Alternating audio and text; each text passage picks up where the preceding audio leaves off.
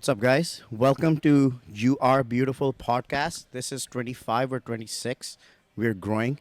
I think it says it on there. I'm with one of my best friends. I've only known him for a year now, Mateo. Yes, sir. Um, please introduce yourself, your full name, Instagram, and what you currently do and specialize in. Hey, what's up, guys? My name is Mateo Kulczyk. My Instagram handle is mateo.fit.k. I currently specialize in mind body connection training and transformation training. So, helping people to transform, whether it's gaining weight or losing weight, and helping people to really connect their mind to their body. When we're thinking about how we move, how we're doing things every single day, you don't really think about or uh, the emotional aspect of your workouts. So when your emotions and your mindset are occupied by something else, you become very distracted. When you're depressed, you become lethargic or fatigued. When you're anxious, your palms get sweaty, your heart rate rises. We have these physical ailments that come with a mental or emotional response to our outside world. And so to help people to kind of find those responses and how to properly engage them, along with also how to properly engage their fight or flight systems in exercise and in their day-to-day life is what I specialize in and love to help people do. Okay, so that's very well said, and I commend you on that.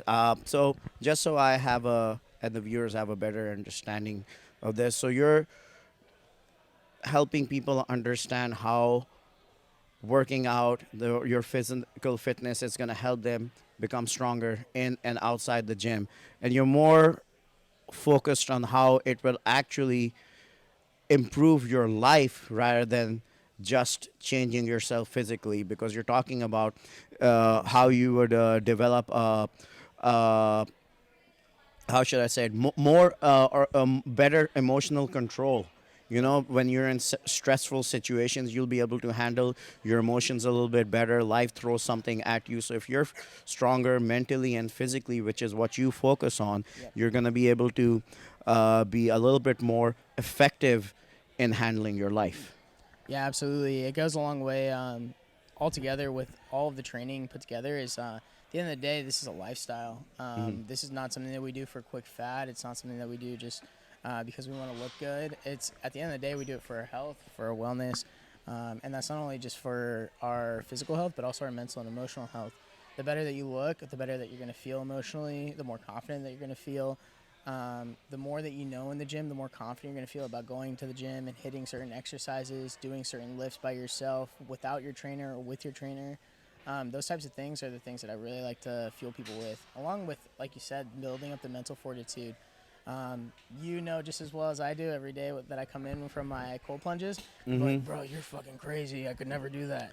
You don't have to do it. So I'm going to just do just it. so they don't miss that, you do a cold plunge every single day. Every single day. The past couple of days, in the past couple of weeks, it's been more on the cold shower side, just because I found out when it rains, it picks up a lot of bacteria from like the floor of the ocean and mixes it up, and so you're a lot more likely to get sick. Which is Uh-huh. actually why I think I might have gotten sick last December. Hmm. But still, consistently, you have been exposing yourself to cold every single morning. Every morning. Yeah. So the reason why I didn't want to blow past your what you said about your style of training Yeah. is because I've been in this for about I've been in the gym and been exposed to like the fitness culture and been learning and growing and doing it professionally for about 10 years, but like been with it for about 20. And your response to what you specialize in has been one of the most uh, thought provoking, important, commendable, and like something that I can that I want to support. Yeah. Like it's a very, very well thought out response to what you specialize in, because it's a lot more than just looking good in front of the camera. Because to Yep. me, fitness and health has actually helped me become a happier, more effective human being, and actually a better person to the people around me and the people who I have relationships Yeah. with. You know, whether it's friendly, business, or intimate. So Hell yeah, dude! Like, just this is one of the reasons why I have you on this podcast, because the fitness industry, in my opinion, it's lacking what you have right now. I really appreciate that. So now you guys pay attention, because you might think I'm not going anywhere with this, but it's gonna all come full circle. So I'm gonna interview you and ask you a few more questions, well, which is Absolutely. what I'm doing. Sweet. So, how old are you? I'm 25. 25. Where were you born? I was born in Gravette, Arkansas. Arkansas. Yep. How and so I'm assume how many years did you spend over there? Like a year or two, like my like first newborn years. And then where did you grow up? San Diego. San Diego. So you lucky. No, I can't use curse words. My mom said no. You lucky guy. Yeah. So you've been in San Diego since. Yes, sir. Oh. I actually moved for a bit. I was moving around for work. Mhm. So I used to work for Chick-fil-A, and they had me like travel, go open up new restaurants across the country. I like went to 30 different states in like 2 or 3 years, Mhm. and I settled down in like Virginia, New York, and Florida for part of that time. Uh huh. Yeah. Nice. So I don't. I want to step away from you becoming a trainer and that part of your life. I just want to dig deep and just know about your life as a person. Yeah, absolutely. So you went to high school in San Diego. I actually went to a total of like 17 different schools from the time I was in kindergarten to the time I graduated high school. Okay, tell me how that. I'm sorry, mom. What the fuck? Like, all right, tell me how this works. Yeah, so my mom just moved around a lot when we were younger. A lot of it was just for opportunity, whether she got a new job or something, or it was just something along Respect. those lines. Yeah. My mom was a single mom for a long time, and then she met a guy, was just trying to keep me and my sister having a dad. A lot of sacrifices that she made, but at the end of the day, we ended up moving a lot. We were on like Section 8, so we just like would go wherever the housing market would allow us to go, and so I moved a lot with her. So life wasn't easy in the beginning. Life was never a walk in the park. Okay. Yeah. Good. Yeah. Good. Anyways, go on. But yeah, so from there, she moved to Arkansas when I was about 14, or when I was about 13. She came back when I was 14. Took me again back out to Arkansas from the time I was 14 and 15. Then I moved back here, and that was my freshman year of high school. So I went to a brand new high school, didn't know anybody, didn't know anything, was completely lost. I was a kid from California out in Arkansas. So it was a lot of moving around a lot and just new changes. I got expelled my junior year. I was selling drugs. Mm-hmm. Don't sell drugs, kids. When was that? Man, I was 16. You ever get in trouble? Yeah, I got caught by this girl actually that was selling weed brownies. Ratted me out for selling. I was selling Molly, which is a lot worse. But Fuck. yeah, That's good shit. But anyway. I don't do any of that stuff anymore. But I did get caught, did get in trouble. But right after that, turned around, got straight A's, was like just a stud in class, just made sure I did yeah. everything right. And Do then, you go to college? No, I did not. Mm-hmm. But I graduated high school early. I got a job. I moved out when I was 17 and a half. I actually got kicked out. They were like, we're downsizing and moving somewhere else, so you got to go. And so I got kicked to the curb. I got a room on my own when I was 17, and then from there just took off into adulthood. No So real- what were you doing for work at 17? I was working at Chick-fil-A. Okay. Literally every week from the time that I started at Chick-fil-A, I worked like 4 hours my first week, then I worked 8 hours, then I worked like 16 hours, then I worked like 30 hours, and I worked like 20 something hours and 30 hours, and then I became I was 18, I started working 40 hours immediately. Went up to like 45. I was still in high school, so I was still taking classes and working full time. And then I pushed myself and like homeschooled myself and finished school out in like the last 2 months of the beginning of the new year, so January and February, up in Bakersfield, which was like the last place that I stayed before I took off on my traveling adventures. So you finished high school in Bakersfield, is what you're saying? Yeah, And how old were you? I was 18 when I finished. Okay. And then you took off to your adventures. Yeah, so I was actually one of the guys at my restaurant was like, hey, you can go do a grand opening. We didn't expect me to get the one that I applied for, which is in February. And so they were like, hey, this is a date. And I was like, I'm not done with school. I can't go. And I had to still check in at school. And basically I grinded super hard for like 3 weeks, finished out the last 3 classes that I had, a class a week. and probably didn't learn anything. But I finished out the classes and then tested out of them, and they were like, "Okay, well, you're done." And I finished the Friday before I was supposed to fly out Sunday, and I finished Fly out out to Friday where? to Pennsylvania. Pennsylvania. For my first grand opening. Yeah. Okay, so you were opening a Chick-fil-A Yeah. over there. Out in Harrisburg, Pennsylvania. Fuck yes. All right. So now you're 18, 19. Yeah, around there I was about 18. Okay. Now walk me through Pennsylvania. What happened there? Shoot, that was crazy. It was my first grand opening. I was only supposed to be there for about 2 weeks. I'd never worked in the kitchen. They were like, "Hey, you're gonna work in the kitchen." Literally that same Friday, I was like, "Hey, they want me to work in the kitchen." And they're like, "You never worked in the kitchen." I'm like, Bro, they "No." always put foreigners in the kitchen, bro. That was my fucking first job, bro. Just put me in the kitchen in Pizza Hut. I'm like, can I like stand up front and talk to the chicas and stuff like that? I'm like, no, you go to kitchen. You I'm go like, to kitchen. you do not sound right. You go to kitchen. You can't talk to them. Oh man, that's great. But anyways, I'm like, of course they put the foreigner up in the kitchen, bro. They want white people up front. That's fucked up. Man, like they looked at me and I'm like, your Durka face isn't selling. No pizzas. We don't have any hummus to sell. Yeah, hey bro, if it was like fucking, This is pizza I bread. know, not I know pita you're bread. not from China, but if it was some fucking pho or like the pho is like Vietnamese, man, I sound like an asshole right now. But you know, if they were selling some kung pao chicken, you know, they'll put you up front and put the white guy in the back or Mexican in the back to bake the kung pao chicken. That's actually facts, though. He's not speaking lies. This is Okay. real stuff in America. Yeah, right. Oh man. No, dude, seriously, sorry to go off topic, bro. Okay, look, I was applying to this restaurant, right? I was looking for different jobs. So I went to this Indian restaurant, Yeah. right? Bro, I swear to God, there was an open interview, right? There were a bunch of people sitting there. As I walked in and I sat down, 5 white boys looked at me. They just got up and left. They're They're like, like, "You got man, the this job." guy, and I did.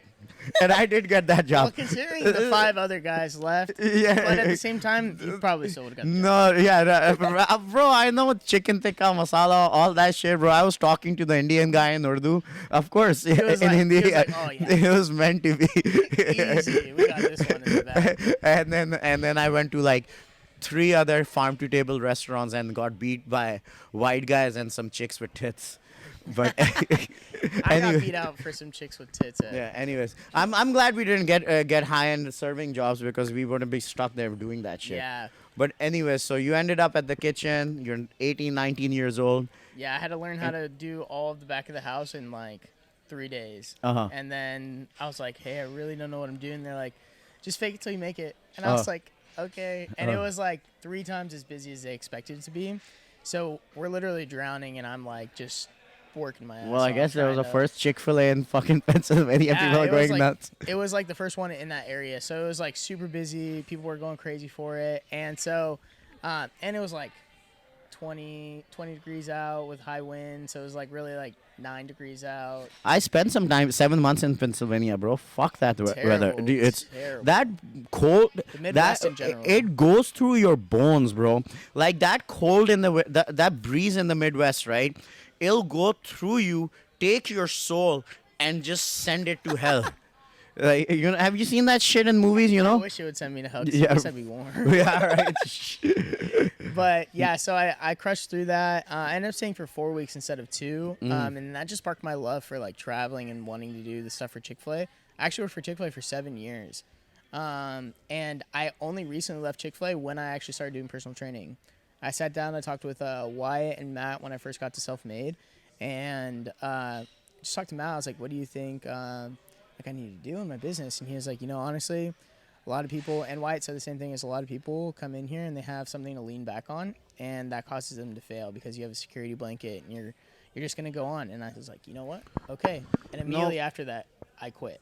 Like immediately Damn. after that conversation. But that's fast forwarded 5 years. That's fast forward. I want to know what happened in those 5 years that got you over here. Man, so much life happened in that 5 years. I was traveling so I started that, and then I traveled a couple more times, and the next year, so that was like 2017.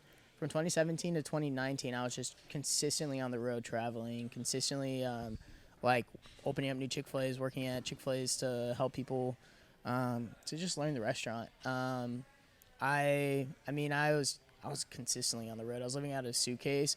I still have the same suitcase from when I was traveling. I used it last month to go to Denver. But it took up a big portion of my life, traveling, meeting new people. I met thousands and thousands of people, trained thousands of people, and Probably learned a lot, grew a lot as a person. You know, yeah, talking to people from, because coming from Pakistan, that was the big thing. Like people, meeting people from all walks of life, yeah, like you. I mean, we've known each other for how long? about a year and a half A now. year and a half, and I've learned so much from you, bro. I consider you one of my best friends. I mean, we Yeah, fucking had some heart-to-heart conversations, jumped in the fucking yeah, ocean, all that shit. You know, so you were probably collecting all that fucking knowledge and absolutely. growth. Honestly, and this is just me being very transparent with everybody, is just in that time, as much growth as I had, I really didn't have that much growth. I grew and thought, oh, I know how to do business now. I know how to do this or that. I know how to talk to people. But there, if anybody from Chick-fil-A saw this podcast, they would say, like, yeah, there were some trouble years for Mateo. There were times where I would, like, have screaming matches with people in the kitchen. Uh huh. I was going head to head with people and fighting the wrong battles. And for a long time, that drained so much energy and so much of my joy and my will to live. Like, it literally, like, took me from such a high place to, like, the lowest of the lows, because I thought I was learning, I thought I was taking in all this stuff, but I was literally just like, it was almost like those little toys or those little, like, apps that kids use, where it's like, hey there, and it, Yeah. like, repeats back to you real quick. Uh And huh. it's like, it was like one of those things where I was getting all this information from people and I was just spitting it back. I wasn't really Absorbing absorbing it. it and taking it in. And you're talking about like just work-wise or just conversations and stuff like that. Work wise, conversation wise, everything was like at So, surface level for me. why do you think that was the case? I think it was all surface level for me because I didn't allow myself to get below surface level on my own. So I couldn't dig past my initial shell that I would show people. Like, that shell was who I thought I was, but there's so much more to the face that I put on for you, the face that I put on for anybody. Well, Even you were now. also super young, bro. I mean, even Yeah. right now, like, like you have a good head on your shoulders, but it's very rare for me to have these solid, intelligent conversations with people your age, just in general. And I'm not being condescending because Yeah. I'm older. It's just weird that I've gone to this age. It doesn't make sense. But as a 37-year-old man, bro, like it's kind of hard to like, dude. I've talked to 21, 24, 25, 30-year-olds olds these days, and dude, seriously, there's nothing in there. So, bro, That's how like, I. so, bro, if you were like that in that age, bro, don't be hard on yourself. Even right, Oh you're yeah. way ahead of fucking schedule, bro. I definitely look at it as, like, definitely an enlightening time of, like, man, I really was so lost and thought I was so found, until I really found myself, and that's when I was like, oh, okay, whoa, you Yeah. were an idiot, you were Yeah. a fool for that, you didn't know what you're talking about, you know what you're doing. Like, it was, the past 2 years have probably been my biggest years of growth. Yeah. Bro, and I've seen it. It's fucking incredible. And after all this talk, I thought I would get my answer, but I didn't. So here's the thing, bro. I was trying to figure out how you ended up over here Oh, at 25. No, no, no, you didn't do anything wrong. This is interesting. This is juicy. Sorry to interrupt you. Um, so the path that you're describing me, yeah, first of all, power to your mom. Much respects. She grinded, and that's probably why one of the biggest reasons you're fucking crushing it, because your mom didn't give up, and I saw my mom do the same thing. But when I see that pattern, right, you're like, all right, you're all over the place in high school, didn't develop any long-term friendships from there, and then you're working at Chick-fil-A. I mean, what do you really? No disrespect. What do you really no fucking disrespect to do Chick-fil-A working workers. working for Chick-fil-A? I used to work at Pizza Hut and all that stuff, but old spaghetti factory. I've been a server for 7 years, but you're not really doing jack shit or growing as a Yeah. person. So all that stuff, and you didn't go to college. So if you told me that this person, he's 24, 25 years old, and that's all he's done, I'm gonna be like, all right, probably not gonna amount to anything. Yep. Probably not. And now you're sitting over here doing the exact same job as me, successfully, with the same goals that I have, right? Yep. 12 years younger. How did that happen? How what ended you up over here? Yeah. I mean, because you're working at Chick-fil-A, traveling, opening. But I mean, how much money are you really making? I was making But around $60,000 a year. oh, Like opening that stuff. 50 to 60, yeah. Yeah. Okay, 50 to 60. You're Which is making pretty. but your goals are more. But I Yeah, mean, my goal is definitely more. Yeah, and well, again, That's not bad money for that's 20, not 20-year-old. no, It's that's not. fucking awesome. Yeah. But the thing is, so here's my counter to that, right? I say that's a lot of money for a 20-year-old. Yeah. That's a lot of money. Now, even if you threw that in there, I would be like, this dickhead is now making 60. He's gonna just go and piss away his money on a bunch of girls Exactly what I did. and partying, which you did. Yep.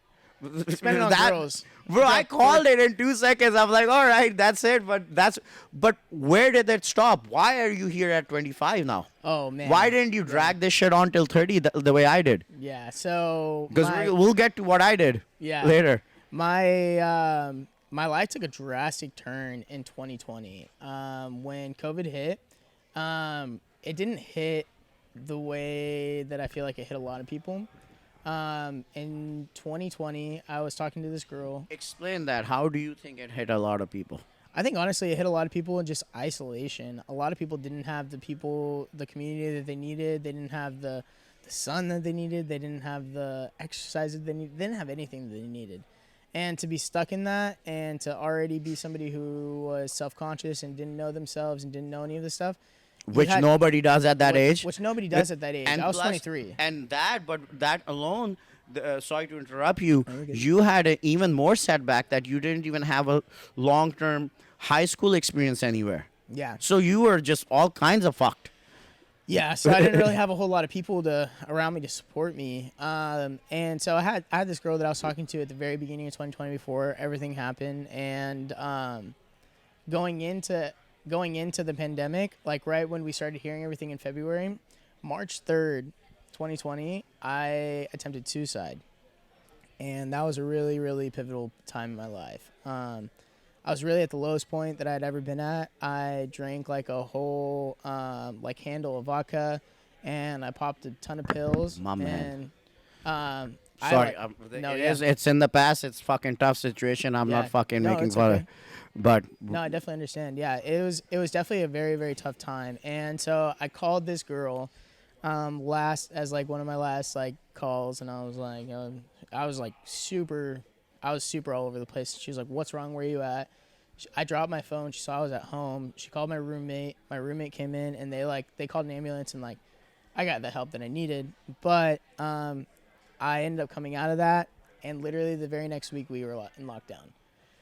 And so I came out of that by myself. that happened before the lockdown. Right before, like a week before the lockdown. Bro, about a first week of and a all, half. like, I hope nobody fucking says when I made that call, I was just fucking trying to make light of this shit, down a fucking gallon of fucking vodka. But one of my clients, dude, her brother, never gonna mention their name. Hopefully they don't even see this, but brings back memories and stuff. Their brother committed suicide during that time, and I'm not gonna make this about me. I've talk about it later, but dude, so I understand how serious that is, and absolutely. fucking not only that, after you did that, you're going into instead of going into a positive mindset, positive world, and all that stuff, you get hit with that. So fucking, I feel for you, bro. Yeah. And so that was probably one of the hardest times that I had gone through up to that point. And so going into isolation, it really cut me from what I really truly loved, and that was people. I'm a people person beyond anybody else that you'll probably meet. I love interacting with people. Now, not so much. I interact with people as I need to and as I see fit, and what fits into my energy schedule. Like I only have so much to give to people, and before I would just drag it out, and I would give everybody everything that I had.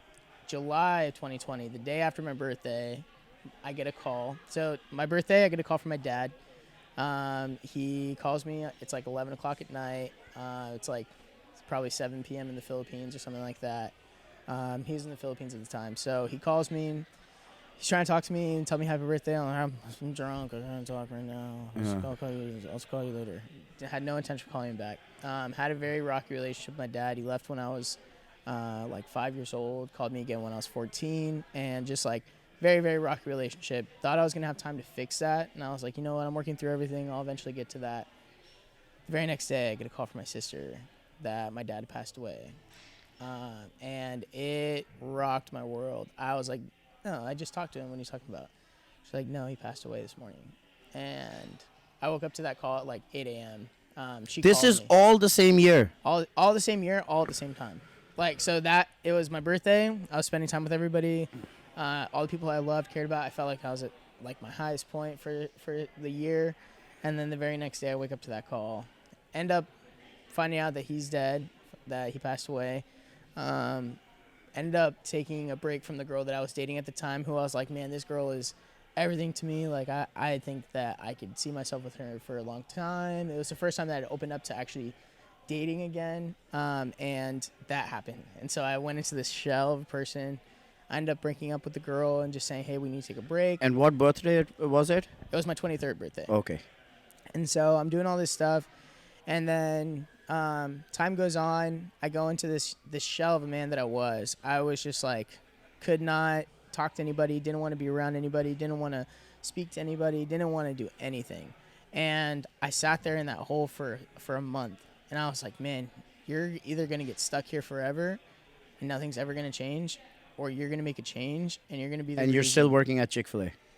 At that time, it was 2020, so I'd left Chick-fil-A for about a year at that time, and was just hanging out. Collecting unemployment. Yeah, collecting unemployment. I think I was working at Olive Garden at the time, as like a delivery driver or something. And so that happened. And then I started going to F45. I was like, you know what? This new F45 is opening up. They're doing a trial where it's like $99 for a month. I might as well go work out, get some classes in. I did a free week. Then I did the month. I did their challenge. I lost like 11 pounds in 3 weeks. Was like super serious about my diet, super serious about my fitness, super serious So about... during that time when you are at the lowest of the lows, Yeah. you didn't want to fucking get into drugs and nothing. Why this route? Honestly, I've been a daily smoker.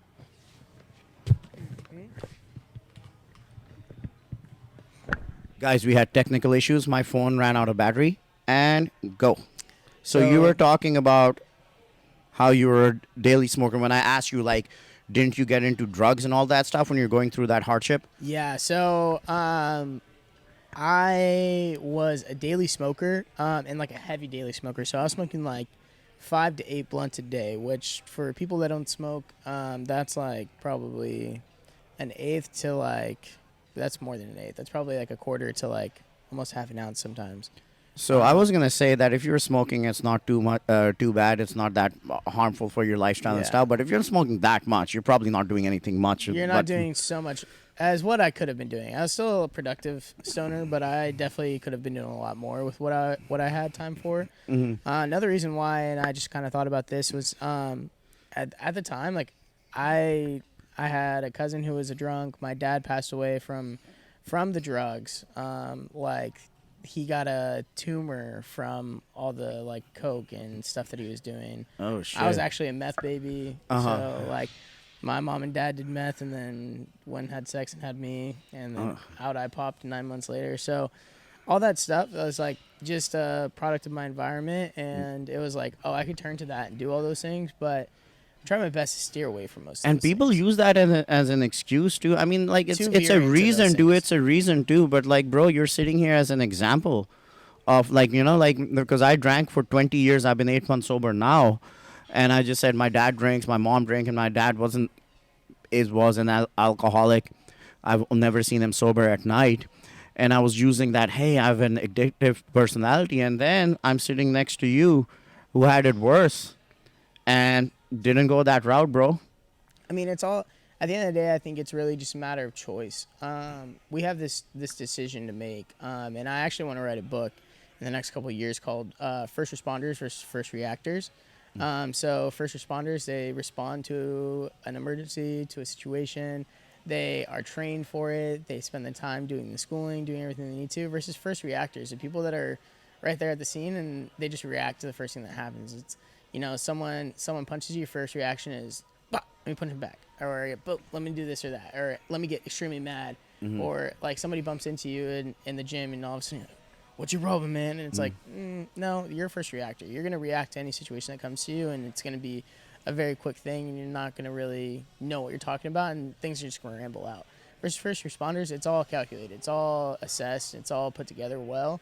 It's the things that we've trained and we studied and we've practiced. It's where the cold plunges come into play. That's where, the daily waking up to giving my affirmations. Because when somebody else says, hey, Mateo, you're looking chunky. Hey, well, it's booking season. I feel fucking great. Hell yeah, and dude. it's like, so then I can redirect those things that people push at us. Because at the end of the day, most of that stuff is just projections. People are putting out what they're insecure about onto you. It's being intentional versus reactive. Yep, intention, and that's been my theme is moving with intentionality. My actual business slogan is my intentionality makes your reality more than just a dream. So, Well said, bro. My intention on what we're doing in your life makes your reality, what you're living every day, something that's more than just a dream. You don't have to dream about having this amazing body or feeling good in your body or moving well or doing any of that stuff. The attention that I put behind my programming, behind the time that I spend with my clients, not only in the programming, because you and I both know this is like 60% programming and working out and 40% therapy. Yeah, I would say 50-50. Yeah, pretty much. But even you guys, dude, everything that you do should be intentional. Yep. Yeah, you shouldn't just have life happen to you. So his intentions are going to lead his clients to a better life, and your intentions will lead you to a better life. Yep. So going back to your life story. So we were at, so you got up and signed up for F45. So I was at F45, did the challenge, lost some weight. They asked me, hey, what are you passionate about? The owners.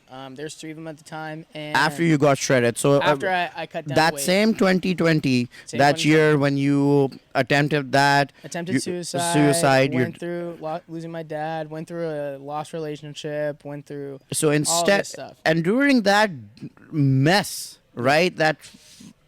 All that pain, all that sadness, that misery, instead of downing into to drugs that you were already around, meth, cocaine, alcohol, you decide to join F45 instead. Yep. Decided. And not only did, you got shredded. Yep. Became intentional with what I was doing for myself. And that was after the pandemic, when I'd spent a good amount of time alone, really thinking about the stuff that I was going through, the stuff that I wanted to work on. Then what happened with my dad happened. Went into a very dark place, kind of regressed a lot. Went into F45. That got me out of my shell again, talking to people, spending time in community. And just those little choices saying, you know what, I'm going to make the best decision for me no matter what anybody else thinks, were what drove me to get to where I am now. Those times in the very beginning when people were like, oh, you're not going to be a trainer. You're just a client. You're just a person. And they're just using you. You were around people who were judging you, and while you were working, and you were doing some. Sorry, we lost some stuff because we recorded the rest of the episode and the battery was out. So I'm just bringing back what you talked about. Yeah. So during that time, you were working as a driver for Olive Garden, and then that probably doesn't pay well, and then from unemployment or whatever. But you still decide to do something that won't put money in your pocket, but will improve yourself as a person. And during that stuff, like, dude, when I was already pretty tight on funds. Yeah. So I made the decision that the $200 that F45 was going to charge me, even if you're not going to get a personal trainer, you go to a group class and you get something else, like, not always are they going to be beneficial, but if it means getting off your butt and moving, it's something. Worth it. It's something. Worth it. Making some type of sacrifice is worth it. And once you have skin in the game, because once you give that $200, now you have to go follow that shit. You know? So they offered you a train. You go from traveling all over the place, then working at Chick-fil-A, and then going into the low point of your life to finally trying to do something better, get in shape, and right then you get offered a training position. So they actually asked me what I was passionate about. I told them, people, business, and now fitness. I was actually supposed to go to a party. That was the part that we cut out. I was supposed to go to this party on Halloween. And so we were leaving that day on Halloween. It was Saturday morning. I went to this F45 Halloween workout. Dressed up as like it was like a disco workout or something like that, and dressed up as like a 70s like workout guy, and so did that. Got a nail in my tire before I went to go pick up the people to go to the party. I was like, hey, I don't have money to get a new tire, and I don't feel comfortable driving with a nail. They're like, whoa, we already made this plan. Da da da. How are we gonna do that? Trying to end the friendship over me not being able to go because of something that happened to my car. And I was like, hey, you guys aren't real friends. I'm not gonna go to that. Not even worried about it. Not even stressed. Ended up going to the F45 Halloween party, and that's where I was taking shots with everybody. I was in community. I was like having a great time, and I was like, you know what? I'm gonna be a personal trainer. And while in my drunken state, I went and I paid for the NASM course and like set it all up, and then Fuck yeah, bro. and so then the next day I went up to the guys and was like, I signed up to do my personal training certification. They're like, oh, that's great, you're gonna do it. And I was like, no, I just signed up, I'm gonna do it. And they're like, oh, let's talk on Monday. And so that's when they offered me to do like an admin position for them, and it was a foot in the door. You know what's funny, dude? Like, if I was there around you and I had known your life and what you were doing, and you came and told me, I would have doubted you too. I was like, yeah, this dickhead isn't gonna do shit. Yeah. And bro, and you probably sense that feeling too with around people. Yeah, from everybody. Not only right there, but after the next fucking up until right now. Yeah. Motherfuckers are probably still looking at you like, there's no way he's doing this shit. Yeah. There's people, and I actually just started calling out some of my family, and if anybody watches this, they'll know. They were just always calling me, have you thought about doing like training for kids and gymnastics? Have you thought about doing this type of training? Have you thought about doing this training? Have you thought about doing that? Have you done this or that? Do you have these things? Hey, you know what you haven't asked me yet? Hey, what is your business all about? What do you do for your business? What exactly do you offer your clients? What do you do to help them? Like, what is your process? Nobody asks me that question. They all ask me why I haven't done a certain other way, why I haven't taken another route. And if any of them watch this, and this is not a flex by any means, but at the end of the day, is like, I made $8,000 this month just in-person training. $8,000 of just, and I only have 8 clients. That means on average, all of my clients are paying me somewhere around $1,000, which is average for most personal trainers. And what people don't really understand is at the end of the day is like, you can make all these excuses. Last month, I made a total of $1,300, and I was struggle busting it. I wasn't. You told me that. We prepared had that conversation. I was lucky enough to have a client who, like, I'm very open and transparent with all my clients just about life and what's going on, as they are with me. Because as comfortable as they are with me, I'm comfortable with them. And they're like, hey, well, you look kind of stressed. Yeah, honestly, it's been a really hard month. I'm really trying to get clients. If you have anybody, like, I'll give you an extra whatever off. And one of my clients was like, hey, man, I could pay next month early if it means that it can help you a little bit. And I was like, dude, I really don't want to ask you that, but that might be the saving grace. And if I really need that, I might ask that of you. And he was like, it's not even that big of a deal for me. I could do that for you. And it's just because I've developed that type of relationship with my clients. But he did that, and then his wife ended up signing up. Then right after all of that happened, then I got back onto my horse and was like getting clients again, getting stuff. Bro, I've had so many of my clients, shout out to all my clients that helped me out in the bind and all that stuff, and they had my back, so yeah. And that's because you had developed that trust. He knew that you were worth it. He wanted to sell. Just a few months ago, a few of my clients paid me up front the next 3 months so I can buy this course that's helping me tremendously in my online business. And I remember having a chat with you last month, and I'm like, bro, there's no fucking reason you should. You're a great guy. You're a great coach. You're a great human being. And literally within a month, bro, you turned that shit around. Yeah, literally went from like $1,500 in that last month to this month thinking I'm at 8 right now, and I'm still signing clients. So it's like, month's not even up, and I'm still continuing to grind. And that's and even now it's like, I want to be humble about that. It's like, that was a hard mission to accomplish. That's something I've been gunning for since August of last year, just really trying to make the best of it. But at the end of the day, it's like, we all have our ups and downs. We all are going to hit our roadblocks in business and in life. And the thing about it is, either the roadblock's going to slow you down for a second, or it's going to stop you in your tracks. And you can't let it stop you, because some people hit that that speed hump, and they're like, and then they pull over and they're like, okay, my car's messed up. So you know what? This is a really, really good point to like bring this full circle right now. So I was hoping that right now I would get a clear answer as to why I'm 37 and you're 25 and we're sitting at the same level. So, as a 37-year-old man, I'm really proud of what I'm accomplished. I'm happy financially, successful. My clients are crushing it. I have a girlfriend that I take care of. Fucking amazing. I have a big community of friends that respect me, and by no means I feel like I'm uh, at a below average position as a 37-year-old man in the United States of America. I think I'm like, if anything, the top 5%, and I'm fucking crushing it. But here, see a 25-year-old, 12 years younger, in the same game as me, crushing it financially, has a sound mind. So I was trying to see that what pattern, what did you have in life that I didn't?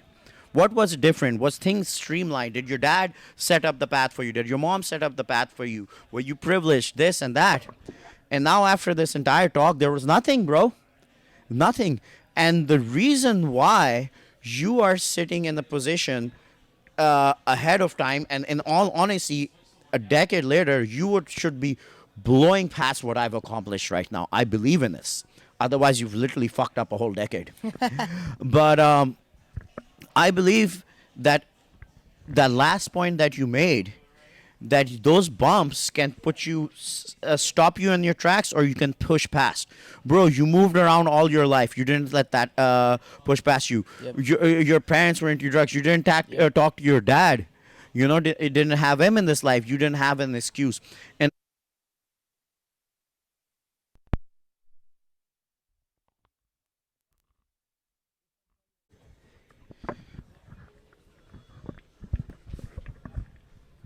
sorry guys, so what I was saying is, this podcast, I want to see that if you had any advantages, any different, any streamlined approach, that usually when you see a person who's achieved as much as you, has the mindset as you, crushing it in shape, I'm like, how is this guy 12 years ahead of me? I want to interview you and see, maybe he had a better life, maybe he had an easier life, maybe somebody set him up, and you had nothing. Absolutely the same setbacks everybody has. So this is what you want to take from this. Is this guy's over here, sitting here, doing the same job as me, crushing it at the same level as a man 12 years ahead of me. Why? What caused this? Right? Did he have any advantages? No, bro. We saw this. He had just a regular, hard, tough life like everybody else, but he is here crushing it. And this is what I believe. This is what I believe was the difference between you achieving this right now and me taking this much time. Because you realized, and this is a couple of times you mentioned this, is you said that you were okay with being alone. Yep. You were okay with when those people were judging you, when those people were telling you might not be a trainer, or giving you those vibes that they didn't believe in you. You didn't care about it. Me, I was the type of person, if somebody comes in and they tell me that we don't like your shoes, I'm going to go spend the next fucking day trying to find the right shoes. If they don't like the way I talk, I'm going to change the way I talk. And I was putting so much effort into fitting into crowds, doing stuff that I thought they wanted me to do, rather than being by myself, chilling on the Saturday, on the weekends, and figuring out what I want in life. Yeah. And that's what puts you at the same position at 25 years old that took me 37 years to accomplish. Yeah. Yeah, I think spending that time alone and really just figuring out what's important to you is really what sets you apart from everybody else. At the end of the day, is like we all hear it as she's thinking, you are unique. But at the end of the day, we are all unique. No one of us is the same as the other. The only thing that we have in common, realistically, is our struggles, is the death. What is it? Death, taxes, and something else. Yeah. Something like that. But at the end of the day, is like that. Those are the only things that really connect us: is our struggles and our willingness to push through those struggles. And that's what really brings humans together. Is we come together in the gym because we all know how much it sucks, how hard it is to lift some weights and to get under heavy weight and to get uncomfortable. We all go to church because we feel. I understand what you're talking about. Yeah. we are all in a sense of community. Whether you go to church or not, whether you go to the gym or not, whatever it may be, we come together in these communities because it's hard to be alone. A But common goal. a common A goal. common goal, which is becoming better, becoming stronger, more fucking robust emotionally and mentally and physically. Absolutely. So yeah, dude, great job. Thank you so Yes, much. sir. Sorry there were a little bit of technical It's okay. issues, but we got a lot of good stuff. I would definitely want to do another podcast with you. Absolutely. Guys, look, you have to find the right trainer for you. I might not be the best trainer for everybody else. I'm telling you, I've been working with this guy for about a year and a half, and I respect him. I love him. He's fucking awesome, and I have your back, and I will put my name on this guy. Anybody who's watching this, if you want one of the best trainers in San Diego, on the fucking planet, this guy's the shit. Appreciate it, Mo. And this is what, sorry to interrupt you, this you're is what good. I do want you to take away from this, dude. Seriously, this was my goal of this podcast, to show you guys this guy at a very, very young age. Man, think about this, at a very young age. I wish I was in his position at his age. I wish instead of going around drinking alcohol, doing drugs, chasing pussy, all that shit, trying to fit in, trying to buy a card that I couldn't afford, trying to act rich, being broke, trying to act rich. Yep. That kind of shit. I'm telling you guys, learn from this guy. I wish every guy in his 20s is living a life that this guy's living, with intention and purpose. Thank you sir. so much, bro. Absolutely. And I'll tell you guys what I tell all my clients every single day is shine your light bright today. Remember, you're a beautiful, strong, amazing person. Shine your light bright. Don't let anyone or anything dim it. And have a wonderful day, guys. Thank you, sir. Appreciate it. Oh, I messed up that.